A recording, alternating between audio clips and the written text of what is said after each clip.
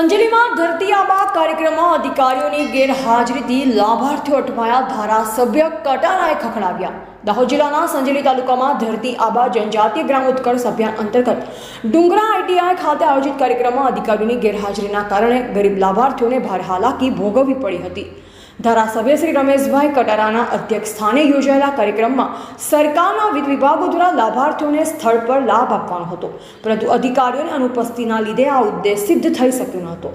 પ્રાપ્ત માહિતી અનુસાર ડુંગરા પંચાયત વિસ્તારમાં યોજાયેલા કાર્યક્રમમાં અનેક મહત્વના અધિકારીઓ ગેરહાજર રહેતા ધારાસભ્ય રમેશભાઈ કટારાએ તેમની ઉગ્ર ઝાટકણી કાઢી। તેમણે સવાલ ઉઠાવ્યો કે અધિકારીઓની ગેરહાજરીમાં લાભાર્થીઓને યોગ્ય માર્ગદર્શન અને માહિતી કેવી રીતે મળી શકશે।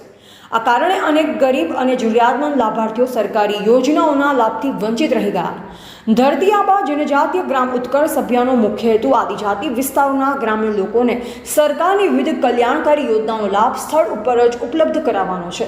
જોકે સંજેલીના ડુંગરા ખાતેના કાર્યક્રમમાં અધિકારીઓની બેદરકારીના કારણે આ ઉદ્દેશ નિષ્ફળ ગયો હોવાનું સ્પષ્ટપણે જણાઈ રહ્યું।